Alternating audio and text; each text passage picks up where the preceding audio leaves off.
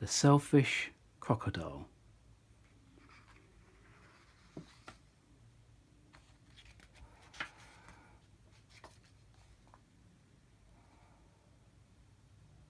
Deep in the forest, in the river, lived a large crocodile. He was a very selfish crocodile. He didn't want any other creature to drink or bathe in the river. He thought it was his river. Every day, he shouted to the creatures of the forest, "Stay away from my river. It's my river. If you come in my river, I will eat you."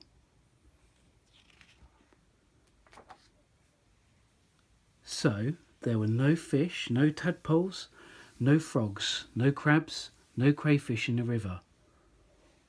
All were afraid of the selfish crocodile. The forest creatures kept away from the river as well. Whenever they were thirsty, they went for miles to drink in other rivers and streams. Every day, the crocodile lay on his great big back in the sun, picking his big, sharp teeth with a stick.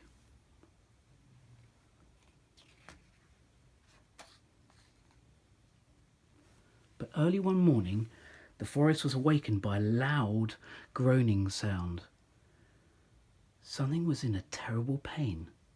The creatures thought it was an animal caught by the crocodile. But as the sun came out brightly, they saw that it was the crocodile who was in pain. He was lying on his big back, holding his swollen jaw, and he was crying real tears. The creatures grew closer, but not too close. Some of the creatures felt sorry for the crocodile. "What's the matter with you?" asked a deer. "I don't know," said a squirrel. "Maybe he's going to die," chirped a bird. "If that happens, it'll be safe to go in the river," grunted a wild pig. The animals thought about this. They hung from the branches, they hung from the vines, they buzzed in the air, and they shook their heads as they watched the great big crocodile in pain. No animal tried to help. Suddenly, a little mouse appeared, sniffing the air. He ran along the crocodile's tail, then onto his tummy. The other creatures stared.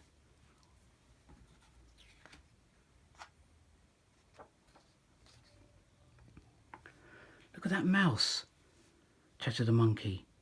"He's either very brave or mad. He's going to be eaten for sure," said an iguana. The mouse crept along the crocodile's big neck and into his open mouth. There was a hush in the forest. The mouse got hold of something and pulled and pulled and pulled. And he put it on his shoulder and walked out of the crocodile's mouth. There was a loud cheer from the astonished creatures. The crocodile sat up and said, "I don't feel any more pain. It's all gone." Then he saw the mouse walking down his tummy, carrying an enormous crocodile tooth on his shoulder.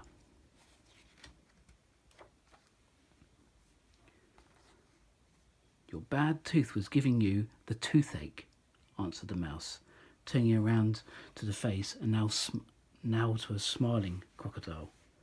"Do you want it back?" No, get rid of it. And when you've done that, come back. I have a present for you." The mouse went and buried the bad tooth under a tree. When he returned, the crocodile had a nice juicy nut waiting for him. As the crocodile watched the mouse eating the nut, he said to him, "You are very clever, getting rid of my toothache, and kind too. I am so grateful. But what shall I do if my toothache comes back?" "Don't worry, I hope you take care of your teeth, answered the mouse, nibbling. Soon the crocodile and the mouse were best of friends. And one day the crocodile sent all the animals an invitation. Please come to drink and bathe in the river. I won't hurt you. The river belongs to us all, he said. The creatures weren't afraid to drink and bathe in the river any more. Although the crocodile was sometimes snappy, they grew to love him. And soon the river was full of fish and tadpoles and crabs and crayfish.